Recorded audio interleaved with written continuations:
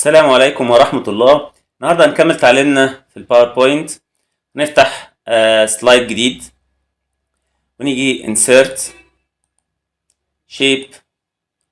هنختار مثلا ادي shape عادي،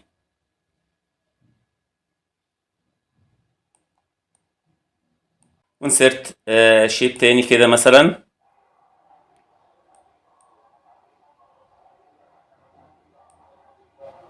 كمان shape تاني insert shapes دي.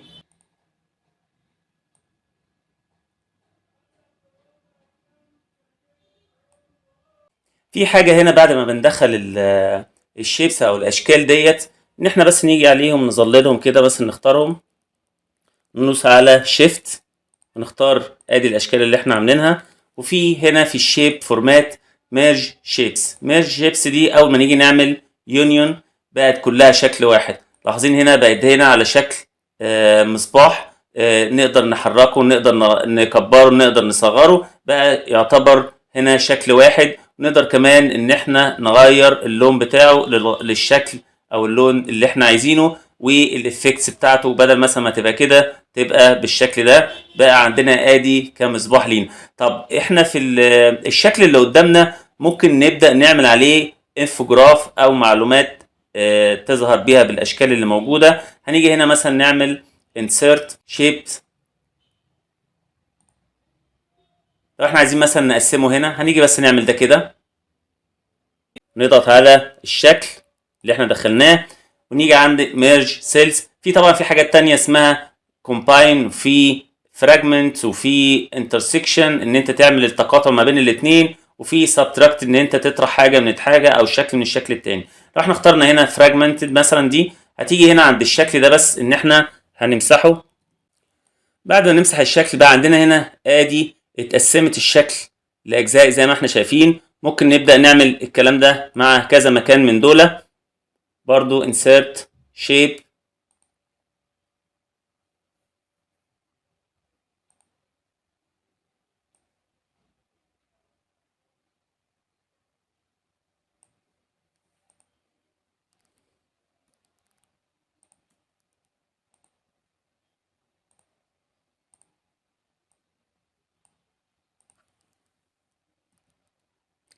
برضو نمسح الشكل ونكرر العملية ديت كده. احنا بعد ما احنا قسمنا الاشكال، بقت عندنا اشكال ادي نقدر ان احنا نبعتها مثلا، نحركها كده، نبدأ نعمل عليها مؤثرات. مثلا هنجيب ده كده، نجيب ده كده مثلا، نجيب ده كده، وده كده مثلا، وده كده، كل شكل من الاشكال اللي موجودة، ونغير الالوان بتاعته. مثلا نختار اللون ده كده واللون التاني، ونعمل مثلا الشكل ده جروب عشان نقدر نحرك فيه.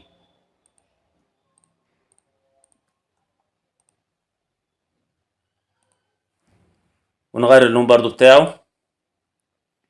نقدر بقى بعد كده ان احنا نعمل ديزاين او روتيت، او ان احنا نحرك الاجزاء اللي احنا بنعملها. ندخل بس على الافكتس بتاعتها مثلا كده، وادي ممكن مثلا نعمل لها 3D فورمات، ان احنا نختار حاجة من اللي قدامنا.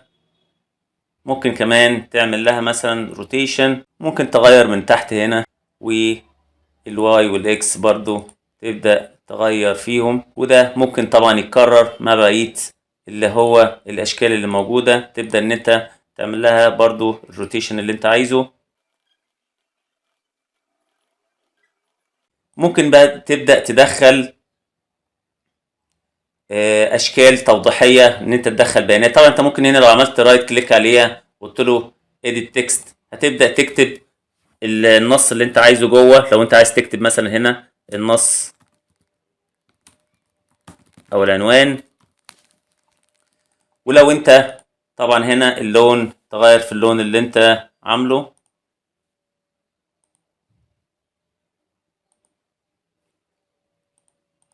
وممكن هنا تبدأ تدخل اشكال. الاشكال دي تعبر عن نصوص معينة. ممكن يا اما تعمل لها مثلا شكل هنا من الاشكال افترضنا ان انت هتيجي تدخل هنا مثلا، تعمل له دايرة صغيرة هنا، برضو تعمل لها تأثير مثلا كده، وممكن تدخل فيها الكلام اللي انت هتكتبه.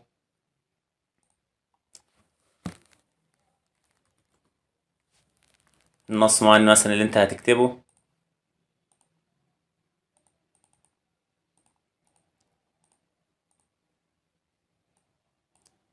وممكن تخليه طبعا باللون اللي هو بيعبر عن الشكل بتاعه، يعني مثلا الشيب فيل بتاعته هتيجي هنا تعمل له اللون بتاعه مثلا ده، بدأ اللون. طبعا الفونت لو انت عايز تغيره،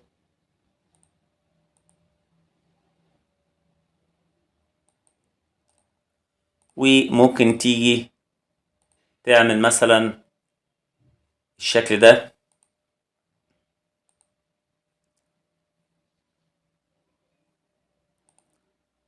بيعبر عن ايه مثلا، وتيجي تدخل مثلا هنا شيب، تعملها بس جروب. ممكن بدل ما تدخل الشكل ده، تيجي مثلا تعمل انسيرت وتختار ايكونز بحيث تعبر عن الموضوع اللي انت هتتكلم عليه. افترضنا مثلا ان احنا هنختار اي شكل من الاشكال اللي موجودة.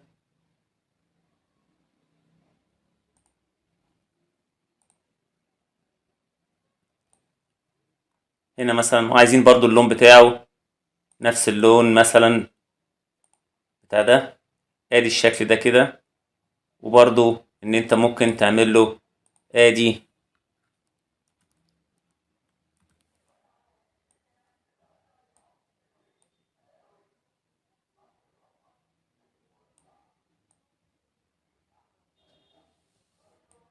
وممكن هنا بدل ما تكتب جوه النص تدخل مثلا نص تاني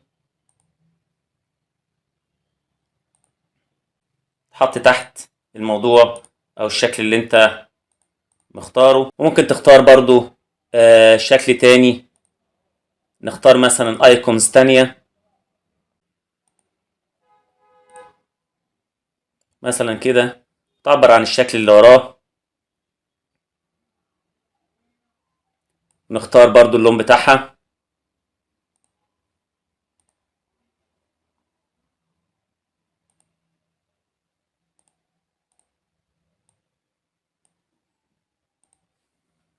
والسهم برضو.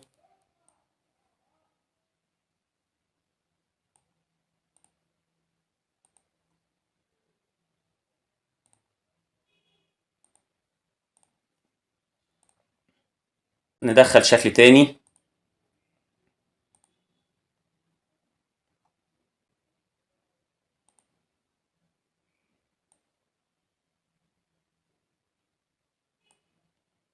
نديله برضو نفس اللون.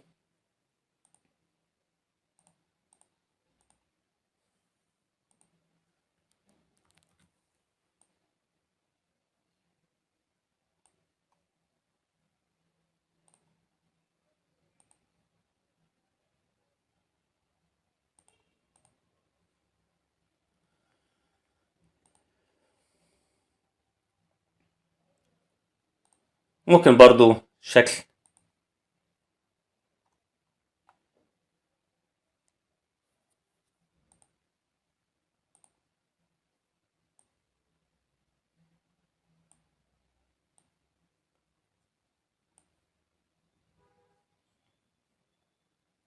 ويبقى بنفس اللون.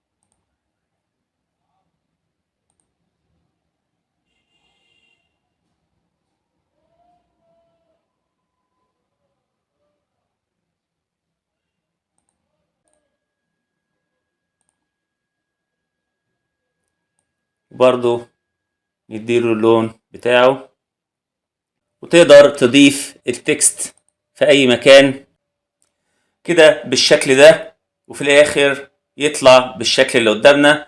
وده نوع من انواع الانفوجراف، ان احنا نقدر نقدم معلومات بشكل ظريف او شكل يوضح المعلومة اللي احنا عايزين نوصلها. ونتوقف هنا النهاردة. لو عجبكم الفيديو دوسوا لايك، لو مش مشتركين اشتركوا عشان يجيلكم كل ما هو جديد. شكرا والسلام عليكم ورحمة الله.